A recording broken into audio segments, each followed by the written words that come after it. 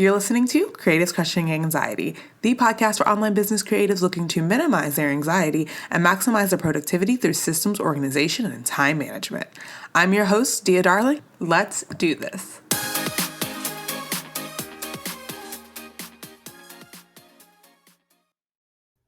Hey guys, welcome to this episode of Creatives Crushing Anxiety. Now, if you know me, if you've been listening for a while, you know that I am a born and raised Texas girl. And if you haven't been living under a rock, then you know that Texas recently had a severe winter storm, which we do not do in Texas. I've seen snow probably a total of, I can count on both hands in my whole 30 plus years. And normally what happens is it snows, it's cold, it's great. And then about 4 to 6 hours later, the sun comes out, it melts, and it's like it never happened. But of course, this week, that was not the case. It was the Sunday before, it was Valentine's Day, actually. And it's 2 a.m. and I'm still up because I wasn't working on President's Day, watching the new Denzel Washington movie, which could have been better. And the power goes out. Now, actually, before the power went out, I texted Mark and I was like, hey, why is the sky so bright? And he's like, it's the moon reflecting off the snow. And I was like, there's snow? I knew it had been super cold. I knew that Waco was getting snow, but I didn't know that San Antonio was going to get snow. So I go outside and it's like a whole winter wonderland outside. So the power goes out and I'm like, oh, it'll come back on in a minute. This happens from time to time. Did not come back on until about 1 o'clock the next day, I think. So all week long, I was from about Sunday night to Thursday morning, I was without power more than I was with it, which put a real hitch in my giddy up. So I was thinking about it, and I shared this with some coaching students that I coach with in one of the programs, the Taboo certification, which I will share in the show notes if you want to join us. But I shared with them, I said that this week was a very, very huge week of lessons for me, because Texas doesn't get this kind of weather. We weren't prepared for it. A lot of people lost water. Obviously, a lot of people lost electricity, which meant no heat. So it was just everything shut down because we don't drive in snow because we don't know how. But I was telling this group of students when I came back on Friday, I was telling them that it was really a lesson in gratitude. And as I'm sure many of you know, I have been doing a gratitude, not a challenge, but I've been doing a gratitude project, I guess. 365 days of gratitude on Instagram. Each day I pick one thing to be grateful for and I share that. But this was even when I was freezing and hungry and living off of protein water and stale crackers because I couldn't cook anything and I hadn't prepared perishable foods. I'm not a snacker. So I usually cook my meals, or I have frozen meals. So obviously I didn't have a lot of options as to what to eat. But my point is I was I still felt so much gratitude because I was just grateful to be indoors, because I know there were tons of people in the city who didn't have a roof over their head. And then I was also grateful that I had a car to go sit in from time to time, get some heat, charge my phone. Also grateful for Audible. You guys know how much I love Audible. I was able to just listen to my book to keep myself entertained because there wasn't anything else that you really could do. But so much gratitude. And then also just so much of me getting out of my comfort zone and asking for help. I have always been the type of person who wants to not people please, but I want to live up to the expectations that I have for myself and to give people who work with me a good experience. So that was I had to ask for help, which is not my default. I'm very much I'm a strong, independent Black woman, but sometimes you have to ask for help. And I was so grateful that I had that support in place and that I worked with people who understood, who got it, who weren't this is so annoying, da da da da. So grateful for that. So a couple of lessons came out of this, and I'm going to share those with you today. Now, the first was to work ahead. Thankfully, The previous week, I had taken, like, a long weekend to go see my family, and so I have just been, like, hustling, just like, trying to get stuff done, trying to get things ready ahead of time, and that was huge for me. I know sometimes it feels like we can't work ahead or we're waiting on bottlenecks or we just have so much to do in the present moment, we can't even think about the future moment, but the fact that I, like, worked ahead on certain things made it a lot easier for me not to be able to be online. Um, so that's definitely something that I'm really, really grateful that I did. The next is to have a great support system. As I mentioned, like, I had clients who were really, really understanding to what was going on. But besides that, I also had team members that I work with on different projects with different clients who were very much like, oh, okay, you think your Wi Fi is going to be out on this coaching session? It's okay, I'll take it. Or oh, you know what? It's okay. I'll check those emails for you, or I'll have that meeting for you. There was actually a person who totally took like two launches that I'm working right now and just took care of all of it for me while I was out. So I was super, super grateful for that. So just making sure that you're surrounding yourself with people who are thinking about the bigger vision at the end of it. They're not being nitpicky. Because it really could have been where she or anyone else in these situations could have been like, well, that's not my call. I'm not taking it. Or, well, this is not my client. I'm not working on that. But instead, they showed up and they were like, okay, what can I do? How can I help? Do you have heat right now? Is there anything that we can do for you at all? And I'm like, I love you so much. Can you check on this and message this person? Do you have a drone? Can you send some beef jerky? Like just having the people in my business life who were so down to just jump in when I really needed them. So having the support is definitely the second thing I would share with you guys. The more you work with people, the more you kind of get to know what type of person they are. So just being really, really aware of who you're putting in your inner circle, especially in business, can really help you be able to survive the tough times. Now, the third thing is to give yourself grace, because I think it was day two of everything, that I was out in my car charging my phone and I called one of the people who was really like helping me out, and I was like crying because I was like, I just feel like I'm not doing my job. I just hate that I can't be there. I hate that I can't take these calls. I hate that I can't test these pages, whatever it is that I need to do. Like, I feel really bad about this. And she invited me to like really just like forgive myself, because the fact that I wanted to do it shows that I wasn't just like milking the snowstorm. Like, I don't even know how that would be possible. But I was like, I honestly was kind of freaking out. I was having a lot of anxiety around the fact that there were all these things going on that I couldn't contribute to.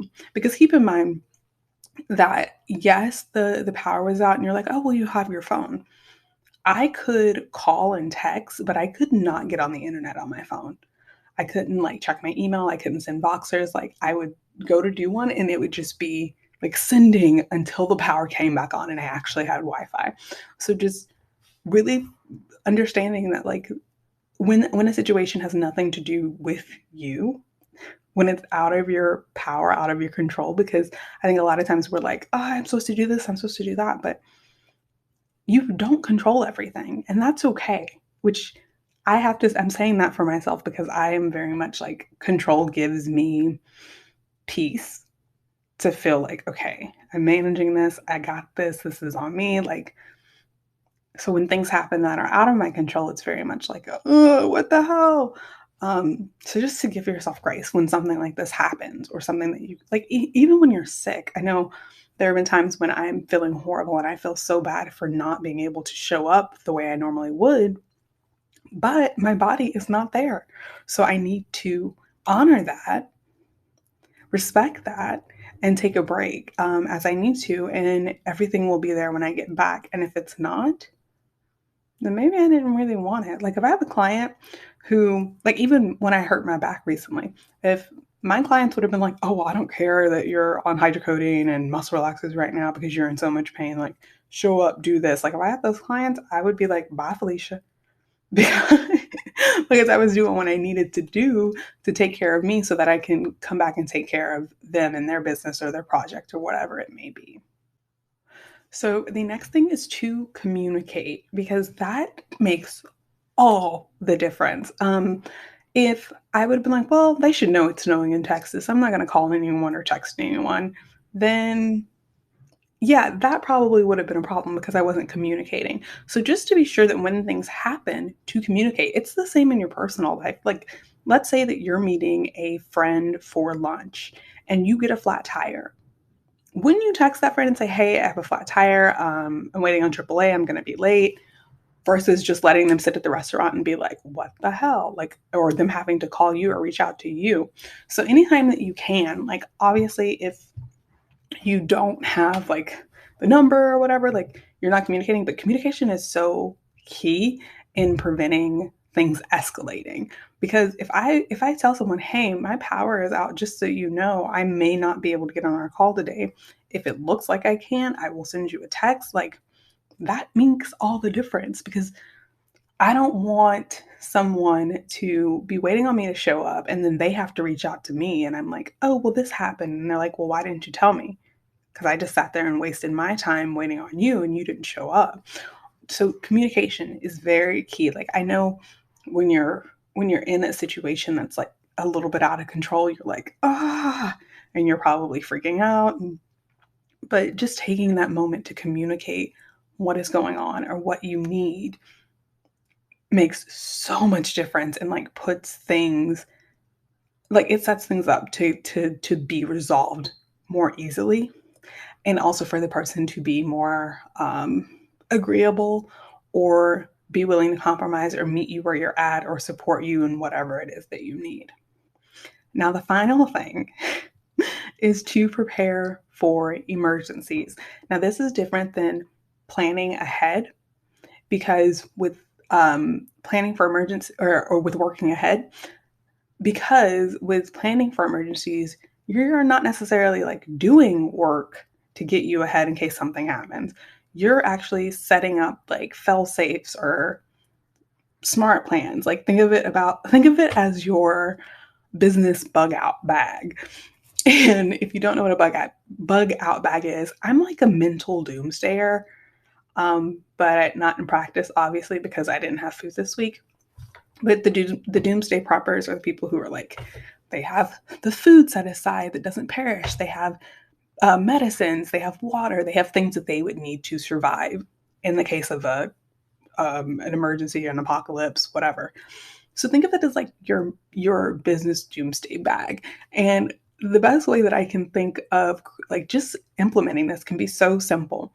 Whenever you start working with someone, make it a part of like your intake form where you ask them for like a phone number because so often like I personally do not like to use my personal phone number for business because I like to set that's my boundary.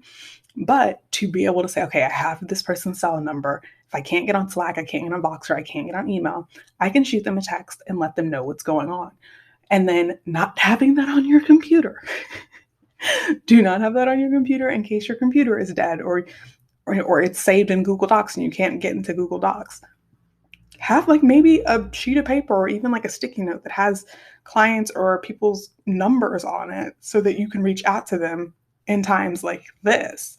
And then also another kind of like business bug out bag is to always have some sort of way to charge your phone because the list won't do you any good if your phone is dead. And that is where power banks come into play. I will link to one in the things in case you don't know what a power bank is. It's basically this wireless thing that you can charge your phone in the case of an emergency without any electricity or if like you're traveling.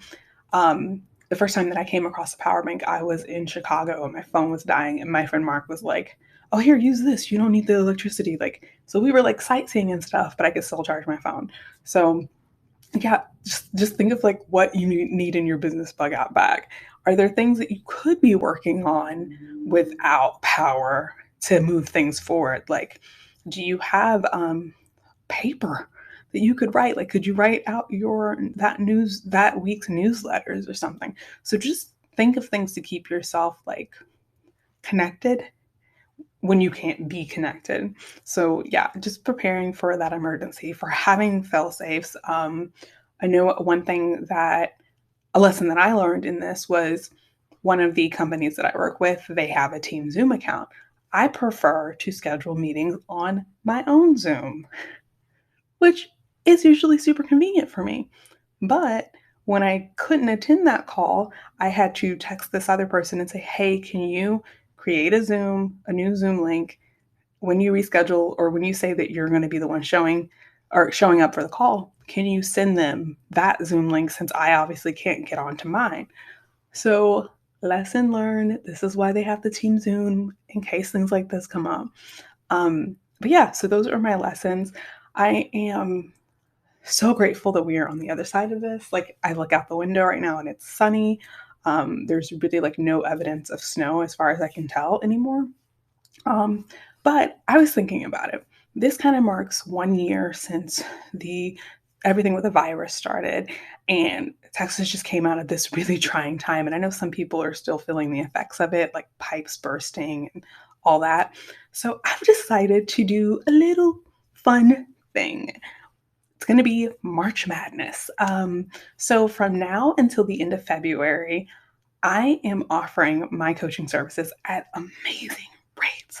There are 3 different options if you want to do one session, if you want to do 1 month, or you want to do a 3-month package with me. These are all incredibly marked down. The magic session, which is an hour-long session, is usually $150. It's going to be $97 for this week. So you can book it for the month of March. But you book it for the month of March, but you would have to pay now. The 1 month I'm offering at $375. That's multiple sessions. That's Voxer access. $375 for 1 month of support. Or my 3-month package, which let me go back. My 1 month package, I don't offer a 1 month package regularly. So this is really like a special thing. My 3-month package, which is usually $2,200, is $1,499 right now, and that's 3 months of us working together. I just wanted to do something to like celebrate that we survived and also give people who maybe have wanted to work with me but didn't have the funds the opportunity to come in, or even someone who maybe hadn't thought about it before, but they just came through this whole thing and they really just need to get their stuff straight. So yeah, I will definitely share the link to that in the show notes, but I am so excited to offer this to you guys. Thank you for listening, and I will catch you next time. Bye. This has been Creative Crushing Anxiety. For more podcast episodes, visit diadarling.com. Did you enjoy this episode? Then go ahead and leave a review on iTunes. You can also subscribe on iTunes, Stitcher, and Google Play. Catch you next time.